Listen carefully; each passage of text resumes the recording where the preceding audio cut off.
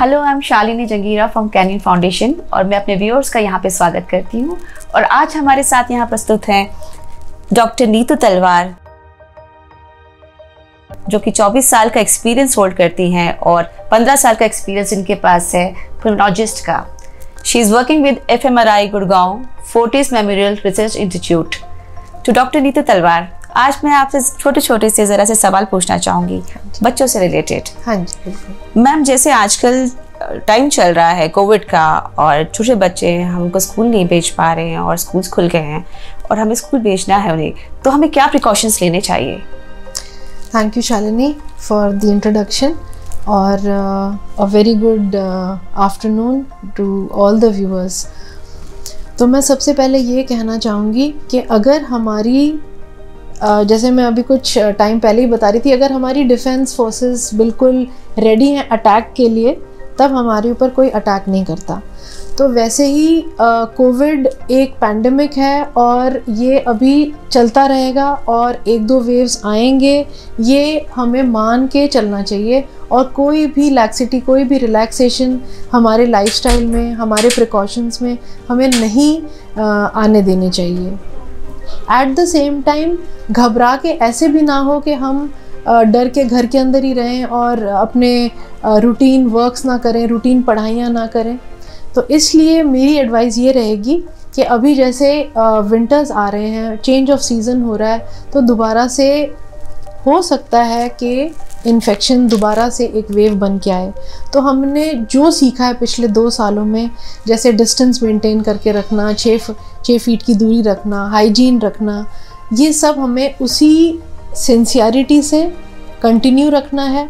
बच्चों को स्कूल के लिए तैयार करना है कि वो जाएंगे, अकेले रहेंगे, उनके ऊपर निगरानी रखने वाला शायद कोई ना हो, फिर भी वो इंडिपेंडेंट हो।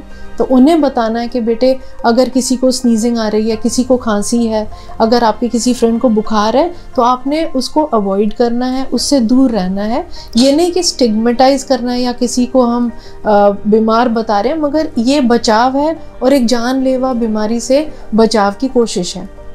दूसरा पॉइंट ये है कि उनको सैनिटाइजर्स छोटा 30 ml का ज़रूर पॉकेट में कैरी करने दें। ये नहीं कि स्कूल बैग में पड़ा हुआ है और जैसे जाता है वैसे ही वो सैनिटाइज़र वापस आ रहा है, उनके पॉकेट में रहे।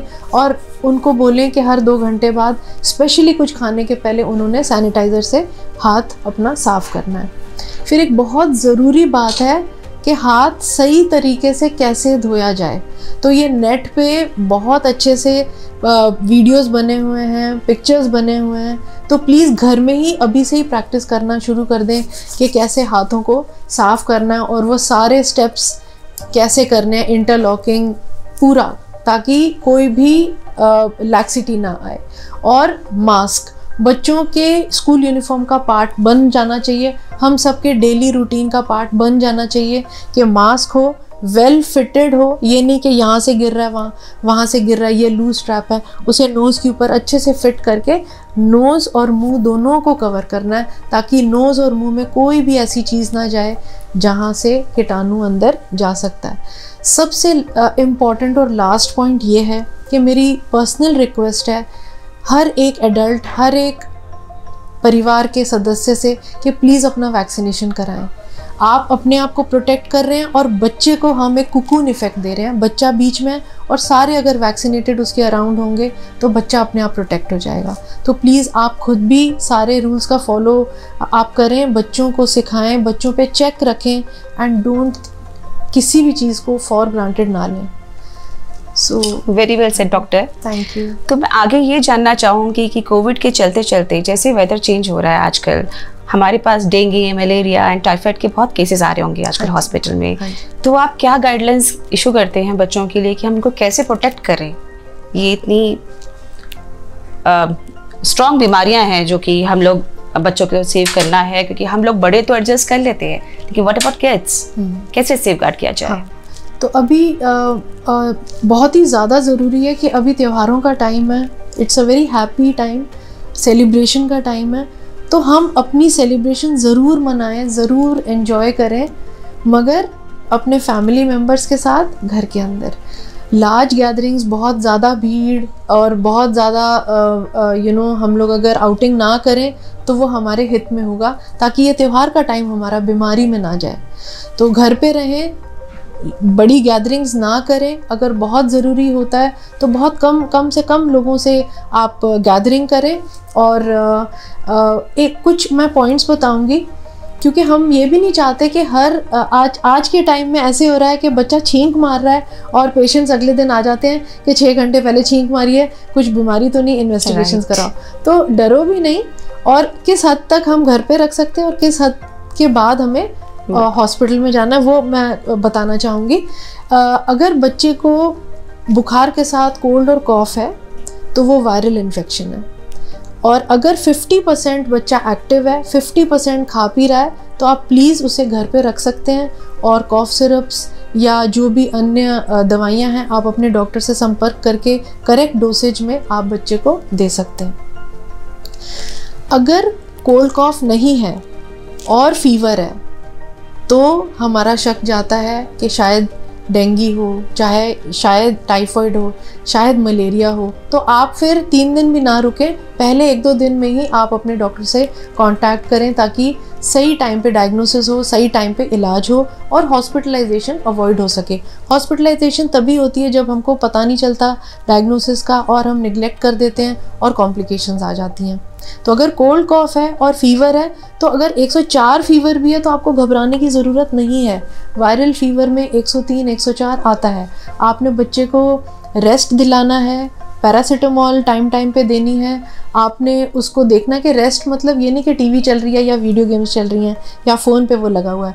रेस्ट मतलब उसके साथ आप लेटिए, उसके सिर के ऊपर अपना हाथ रखिए, उससे बात कीजिए। इसी से बच्चे को एक मॉरल सपोर्ट मिलता है। हमको इस उम्र में भी अगर बीमारी में कोई अगर हाथ पकड़ता है तो इतना सेटिस्फैक्शन, इतना मॉरल सपोर्ट मिलता है। तो इमेजिन एक छोटे से बच्चे के पास अगर माँ बाप दोनों बैठ के उसको प्रोत्साहित करें तो उसे कितना अच्छा लगेगा, आधी बीमारी चली जाएगी। हाइड्रेशन सही रखें, बच्चे को पानी पीने की प्लीज़ आदत डालिए, क्योंकि ये बहुत ज़रूरी आदत है। इसी से सारी बीमारी, सारे टॉक्सिन्स, सारे नुकसानदायी जो तत्व बॉडी में एंटर करते हैं या इन्फेक्शन से प्रोड्यूस होते हैं वो फ्लश आउट हो जाते हैं, निकल जाते हैं। 3 दिन के बाद अगर बच्चा इम्प्रूव कर रहा है तो आप घर पे रह सकते हैं। अगर 3 दिन के बाद उसकी खांसी वर्सन हो रही है और वो सुस्त है, लेथार्जिक है, नहीं खा रहा, कोई नए सिम्टम्स आ रहे हैं, कोई रैश आ रहा है, तो प्लीज़ आप अपने डॉक्टर से संपर्क करें। एंड एक और चीज़, डॉक्टर पे फेथ रख के चलो। अगर कोई डॉक्टर बोल रहा है कि इन्वेस्टिगेशन कराने हैं तो प्लीज़ आप कराइए, चांस मत लीजिए, don't take any risk. Very well said. So doctor, आप बताएंगे कि आपकी कुछ स्पेशलाइजेशंस हैं और जो आप 40s में यूटिलाइज कर रहे हैं, तो जैसे स्लीप डिसऑर्डर आता है या अस्थमा होता है बच्चे को, तब कैसे डील करते हैं बच्चों के साथ? हाँ जी, मैं पीडियाट्रिक पल्मोनोलॉजिस्ट हूँ, मतलब बच्चों में लंग्स और एयरवेज की स्पेशलिस्ट। तो इस सीज़न में ये बहुत इम्पोर्टेंट क्वेश्चन पूछा है शालिनी आपने, क्योंकि अभी सीज़न चेंज होगा, सारा पोलन चेंज होता है, पेड़ पौधों में वो पत्ते गिरते हैं, नए फूल आते हैं। ये बहुत ही एक इम्पॉर्टेंट पीरियड होता है जहाँ पे एलर्जेंस या जो ट्रिगर फैक्टर्स होते हैं वो वातावरण में कई मात्रा में होते हैं। और जिन बच्चों को टेंडेंसी है एलर्जी की, खांसी की, स्नीजिंग की, उनको फिर सिम्टम्स होने की शंका होती है। तो अगर ऑलरेडी डायग्नोज्ड पेशेंट है अस्थमा का या एलर्जिक राइनाइटिस जिसको बोलते हैं, जिसको नेज़ल एलर्जी है, वो अपने डॉक्टर से पहले ही कांटेक्ट करें और जो प्रिवेंटर दवाइयाँ हैं वो शुरू करा लें बिफोर द सिम्टम्स स्टार्ट। अगर आपके बच्चे को डायग्नोसिस नहीं है, आपको नहीं पता चल रहा, तो अगर बच्चे को बार बार से खांसी आती है, बार बार से स्नीजिंग आती है, स्पेशली बुखार के बिना, तो मतलब वो एलर्जी है, it is not infection. Please antibiotics ना दें, क्योंकि कई बच्चों में ओवर यूज़ ऑफ एंटीबायोटिक्स हो जाती है, बिना मतलब के चलती है और फिर शरीर को नुकसान होता है। कुछ पॉइंट्स ऐसे हैं जो हम अपने घर में फॉलो कर सकते हैं जिससे बच्चे एलर्जिक सिम्टम्स के तरफ ना जाएं। उसमें यह है कि घर को साफ रखें, कारपेट्स, वॉल कारपेट्स ना रखें, इंडोर प्लांट्स बिल्कुल अवॉइड करें, स्पेशली जो फ्लावरिंग प्लांट्स होते हैं। फ्लावरिंग प्लांट्स मतलब जहाँ फूल आता है, क्योंकि वहाँ पे पोलन गिरेगा, फिर वो ट्रिगर हो जाता है। प्लांट्स अवॉइड करें। स्पेशली ये बुकेज वगैरह जो आते हैं उनको अवॉइड करें घर पे रखने के लिए, क्योंकि उनसे सारा फिर बच्चा ट्रिगर हो सकता है। दूसरी इंपॉर्टेंट चीज़ है, घर में देख लो कि कोई ह्यूमिड एरियाज़ तो नहीं है, कहीं सीलन अगर है तो उसे रिपेयर कराओ, क्योंकि कई बार इनको ठीक करते ही बच्चा जो बीमारी में जकड़ा हुआ है, एक के बाद एक बीमार पड़ता जा रहा है, वो अपने आप ठीक हो जाता है। डस्टिंग के टाइम बच्चे को घर पे ना रहें, और सबसे इम्पॉर्टेंट कॉस्मेटिक्स का यूज़ कम से कम करें। छोटे छोटे बच्चे आजकल, मैं पूछती हूँ घर में कोई परफ्यूम तो नहीं यूज़ करता, फिर मदर बोलती है ये मेरे 5 साल का बेटा है, ये तो ऊपर से नीचे तक लगाता है, इसको बड़ा शौक है। तो आजकल तो मैं रूटीनली पूछना मैंने शुरू कर दिया कि बच्चे परफ्यूम्स तो नहीं यूज़ करते, आप भी मत यूज़ करिए, बच्चे को भी मत यूज़ करिए। And most important, smoking is absolutely no. घर में कोई भी स्मोक नहीं करेगा।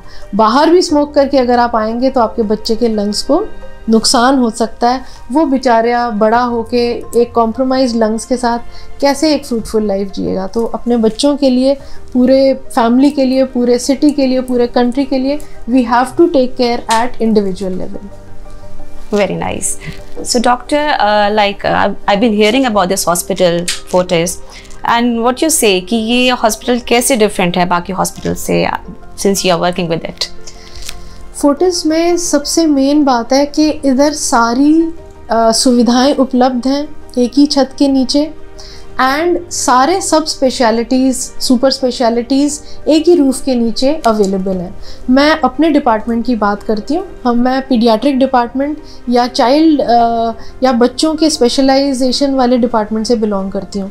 तो हमारे पास हर वो सुपर स्पेशलिस्ट है जो बच्चों से रिलेटेड है। तो फॉर एग्ज़ाम्पल, अगर मेरे पास कोई बच्चा आता है और वो सांस उसकी तेज़ चल रही है, तो पीडियाट्रिक्स के पास अगर जाएगा या डायरेक्टली मेरे पास आएगा, मैं पल्मोनोलॉजिस्ट हूँ, मैं फटाफट से उसको बता सकती हूँ कि अगर आपको एक्सरे करना है, आपको लंग फंक्शन टेस्ट करना है, ब्रोंकोस्कोपी करनी है, ये सब अवेलेबल है।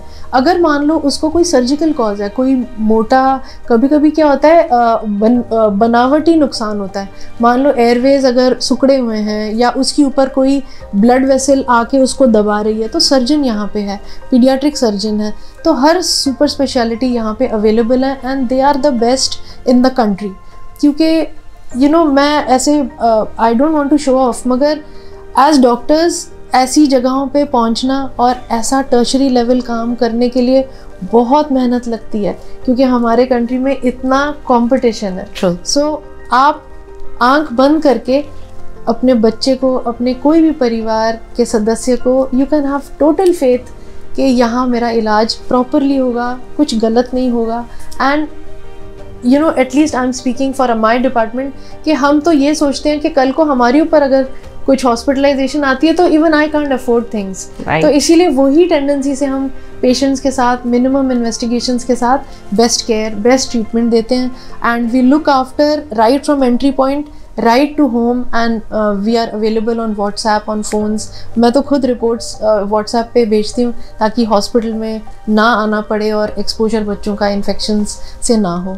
तो you get complete care, and at the end of it I am sure कि मेडिकल फील्ड में एक फेथ है जो काम करती है। वो आपने कई बार सुना होगा कि डॉक्टर साहब आपसे मिल के हम ठीक हो जाते हैं, तो it is just faith. So I am sure कि हम खरा उतरेंगे अगर ये चैलेंज हमको दिया गया तो।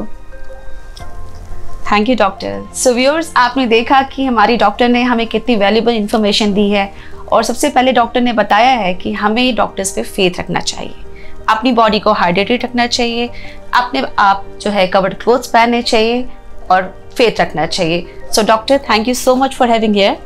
Thank you so much, Shalini. I want to thank you from the whole Canvin team. Thank you so much. So I want you to add few words for the Canvin.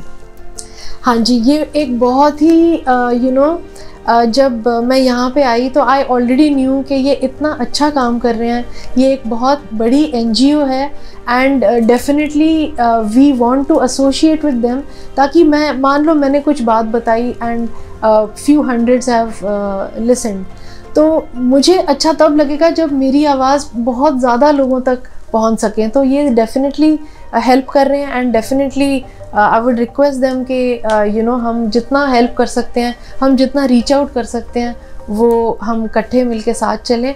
और already इनका नाम काफ़ी है, और गुड़गांव में तो काफ़ी काम ये कर रहे हैं, अच्छे मात्रा पे कर रहे हैं। तो आई एम श्योर आप जैसे इंस्टीट्यूट से लोगों का बहुत फ़ायदा होगा। Thank you so much. Welcome.